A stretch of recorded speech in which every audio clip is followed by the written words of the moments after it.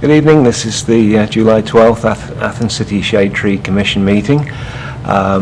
We have no tree permit or right-of-way issues tonight, or landscape issues.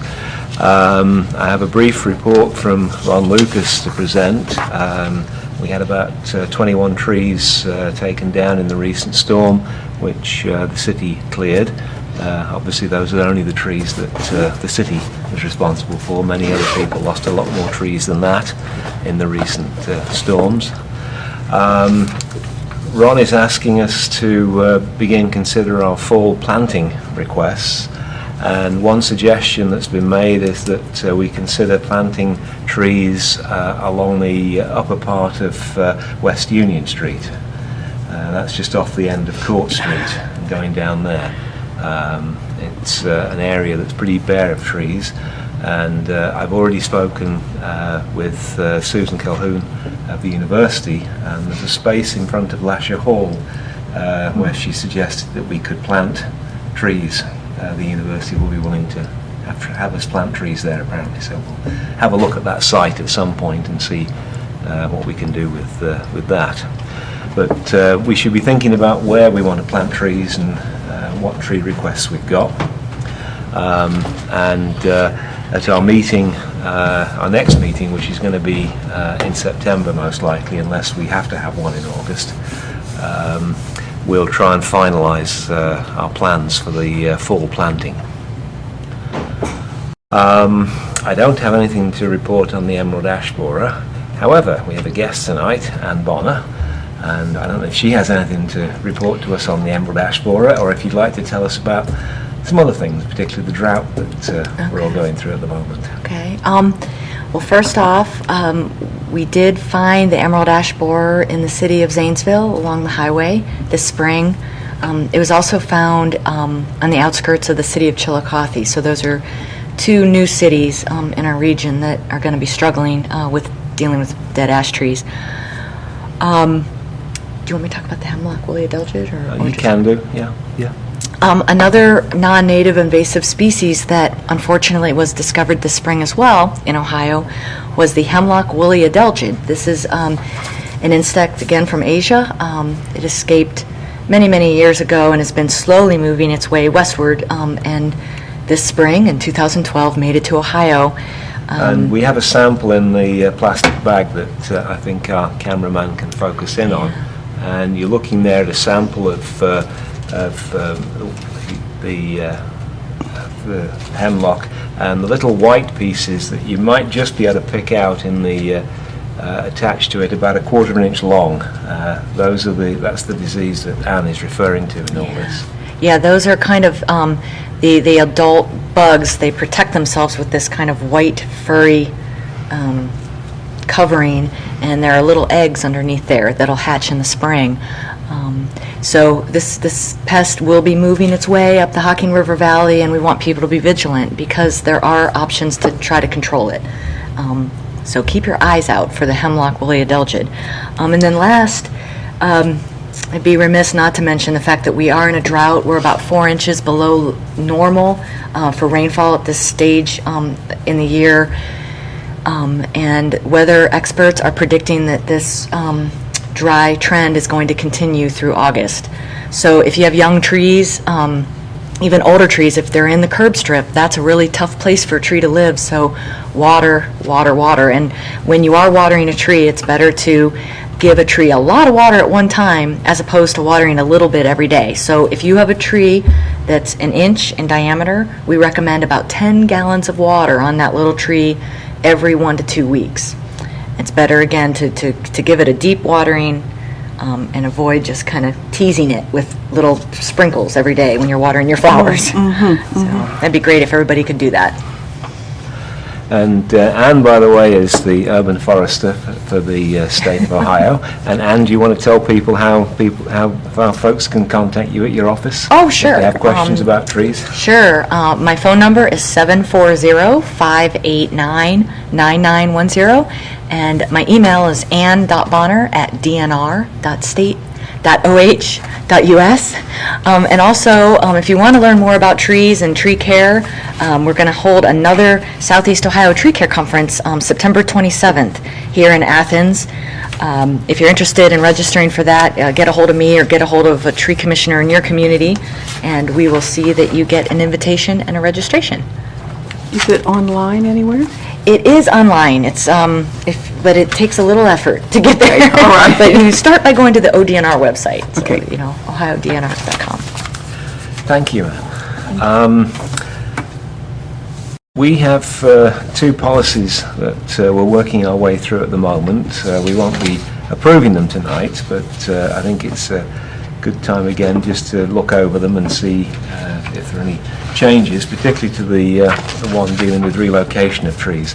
The first one I'd like to talk about is the one for people planting trees near the right-of-way or on the right-of-way near sidewalks in high-traffic areas in order to conform with the Landscape Ordinance Title 37. The Shade Tree Commission can grant permission for an adjacent property owner to plant in the right-of-way in order to comply with the requirements of the code. And what we've come up with is a series of specifications for those trees. They do seem fairly strict, but the idea is that we're dealing with trees that are in high traffic areas. And what we've tried to do here is to indicate some minimal standards in terms of how they should be planted and how they should be maintained. So I don't know if the commissioners have got any observations on these. I think we've tried to incorporate everything. I think it's great. If it's worth doing something, it's worth doing it right. And this, if somebody follows these directions, that tree has a lot better chance of living. Mm-hmm. Emily? I don't have any other suggestions. I've made suggestions. Okay. Well, what we'll be doing in September is we'll actually ask commissioners there to approve it. The other one, the second document I want to look at is the policy for relocation of trees required by Title 37 elsewhere in the city.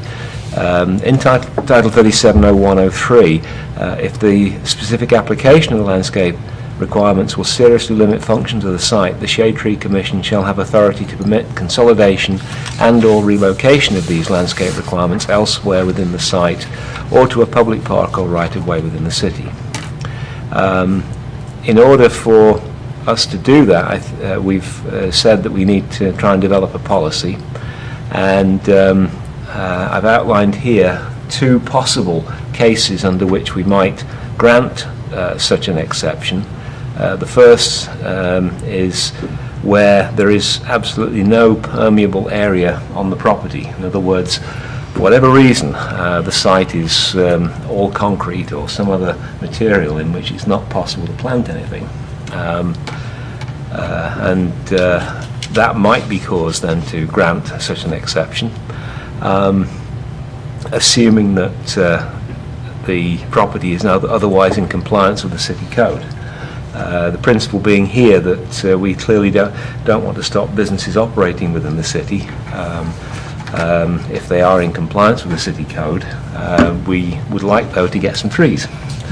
And one way to do that would be to have the person who owns that property pay for trees to be planted elsewhere in a public park or the right-of-way within the city. The second exceptional circumstance could be if, despite the fact there is permeable space on the site, for whatever reason that would seriously limit the function of the site, and that language is actually in the ordinance. That's the grounds under which we can grant a variance, as described in the ordinance. Under those conditions, we could again grant permission to have trees planted elsewhere, but at the cost to the owner of those trees. The way that that cost would be determined would be that the Shade Tree Commission would work with the Service Safety Director to establish a fee, and that fee would have to be approved by the City Council when it approves all the other fees that the city charges for a variety of things. That fee would include the cost of the tree, planting it, maintaining it for 1 year, including a 1-year warranty. So that's the outline of that policy. We haven't discussed it before. One question I've got for commissioners to consider is, should it be a simple majority of the commissioners that approve this? Should it be a 2/3, or should it even be unanimous? Because we want to have, I think, a very strict reading of all this. But I'm open to whatever other commissioners feel about this. The basic rule is we need four commissioners for a quorum. And so a majority plus one is 3 out of those 4 under those circumstances. So you already hit the 2/3 mark at that point. If there were 5 commissioners, as there can be, if all of the full commissioners were here, you'd still need 3 out of the 5. So at that point you're at 60% rather than 2/3. So 2/3 would then be 4 out of 5. So if you had a 2/3 majority as the minimum, it would be 3 out of 4 or 4 out of 5. So He loves again, math, doesn't he? only one commissioner that could vote against, and that it would still go forward. But if 2 commissioners, under any of those scenarios, voted against, it would fail. Even though in one case you would have a majority. And so I think there's some argument for having a 2/3. I'm not too comfortable in having it unanimous. Yeah, I agree. Yeah, I agree. And There can be times with some groups when one person can frustrate the majority. Yeah. And so I think it may require more than a simple majority, but 2/3 would certainly be Yes. sufficient. and in general, we have a consensus. on Yes. this. Oh, yes, Yes. yes. Yeah. So, But we can't count on that no. No. And 10 or particularly- 15 years in the future. That's right. Yeah, and that really is what we're trying to do here. We are trying to set up some policies that commissioners can use in the future. Because we hopefully won't be here forever. David, I have just a minor, Yeah. Go ahead. just at the very end, when you're writing about purchasing the replacement tree and the Yeah. costs associated, I might just encourage you to say "and contingencies associated with that," because there are unforeseen expenses like mulch and staking, and just want to leave yourself open, because it's very expensive to plant trees, and you don't want the city to be holding any of that bag. Okay. I also wonder if there could be something in here that the cost would be revisited every so many years. It will be done every year. Oh, The every City year, Council, okay, okay. I believe, has to vote on these, but I'll check on that. So, as cost of trees Oh, yeah. 'Cause go we- up, then that right. would be taken Yeah. into consideration. Because there's no amount here, right? No, No. we can't set the amount. Only City Right. Council can actually set the amount. We can recommend. Right. Well, and it would be foolish for us to set an amount because, Yeah. Now, one of the concerns I had at one point was, well, is this a high enough barrier? Just one tree? Should we actually go for 2 trees? Or,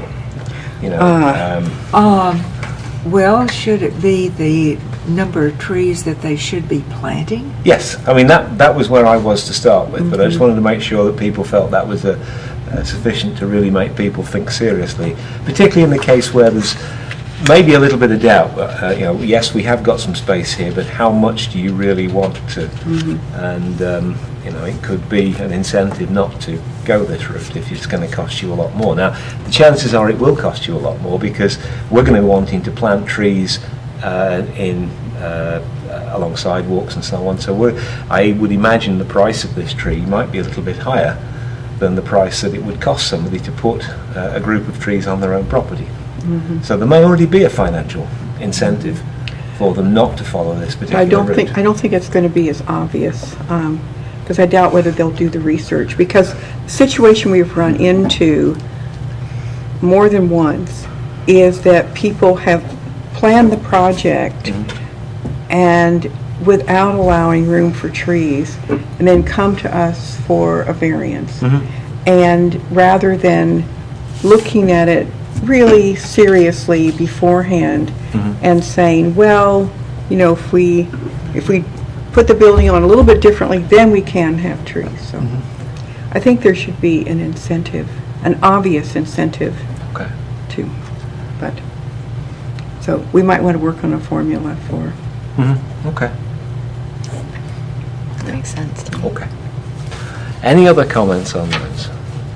Can you, if you think of any other circumstance in which we might have to grant something, but those to me seem to be the two obvious ones. That you've either got space and you can't use it, or you have absolutely no space whatsoever. I mean, we have had that happen to us on at least one occasion. Okay. Well, since there are only 3 of us commissioners here tonight, we don't really constitute a quorum. I think we'll leave the minutes for the meeting from the previous meeting to our next meeting for consideration. Our next meeting is going to be on September the 13th in the council chambers at 7 p.m. as usual, unless there is a reason to have a meeting sometime during August. At the moment, there doesn't appear. So with that, we are adjourned.